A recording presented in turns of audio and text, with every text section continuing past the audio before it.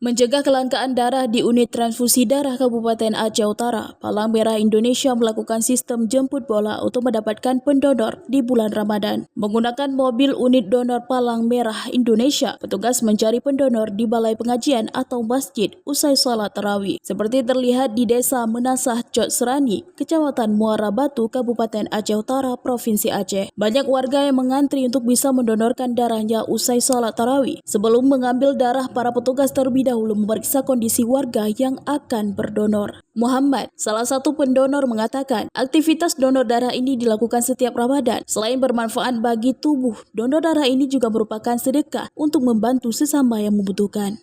Yang kita keluarkan untuk kita donor, untuk bermanfaat orang lain, tapi untuk kita juga dapat manfaatnya yang lebih banyak.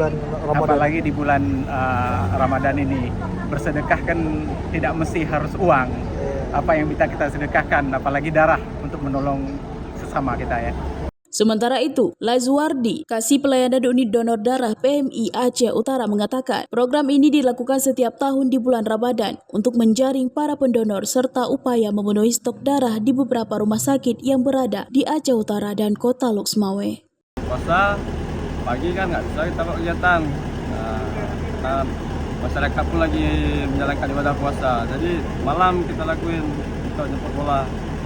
Belakangan ini banyak juga pasien yang membutuhkan darah, maka kita lakuin jemput bola kemari. Alhamdulillah untuk malam ini dapat 54 kantong.